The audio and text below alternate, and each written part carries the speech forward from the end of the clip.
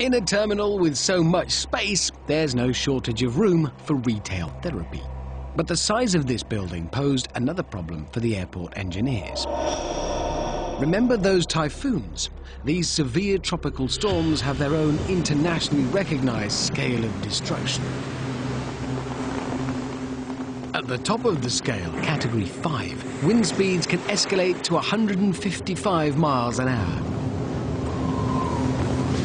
These typhoons wreak havoc in Hong Kong, sending everyone running for cover. Hurricane-force winds also cause problems for big buildings with high, flat sides. Exactly like this one, then. To protect Hong Kong's new airport from destruction, engineers looked to another type of transport and found the answer in a 1930s racing car. Engineers knew the solution had to be strong enough to keep the building together, but just how strong did it have to be?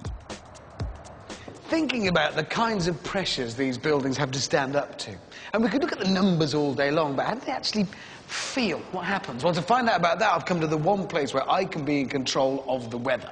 A wind tunnel. A really, really big wind tunnel. I've asked engineer David Wayne to let me play in his expensive wind tunnel.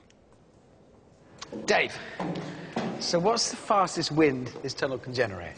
130 kph, 80 mile per hour. So that's about hurricane strength, isn't it? It is, yes. And you're prepared to fire it up and let me stand there. I just want to feel what that feels like. Yeah, if you're quite happy to do that, then yes. Why are you smiling like that? will it blow me over at that speed? It is quite likely to, yes.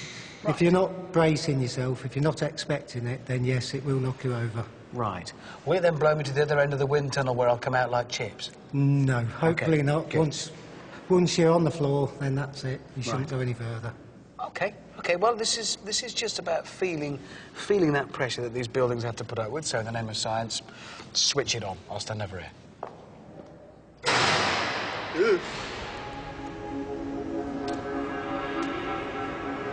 All I want to do is just get a real physical feeling of the kind of forces in a typhoon. I mean, how windy is a typhoon? 130 kilometres, 80 mile an hour. I think that's breezy, but how windy is it, really? And why have they put a mattress strapped to the floor immediately behind me? OK, that's breezy. David signals the wind speed's already up to 25 miles an hour. Oh, that's nippy.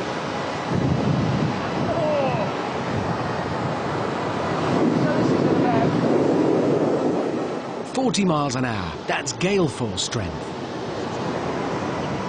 This is a 40 mile an hour wind. Just feeling the pressure. I mean, I'm feeling that on me now. That's as a bloke, not a big bloke at that. If I was a whole building, imagine the pressures on me just at this speed. David cranks it up to 65 miles an hour. Probably as well that I don't wear a wig.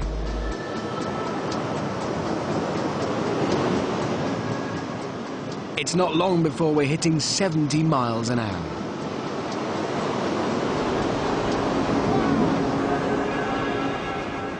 "81 miles an hour, this wind tunnel's top speed. This is equivalent to a Category 1 typhoon. Just imagine a Category 5, almost double this speed.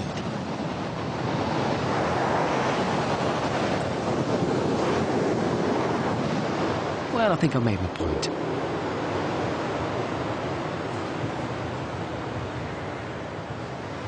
Yeah. Well, sometimes numbers, theories aren't enough.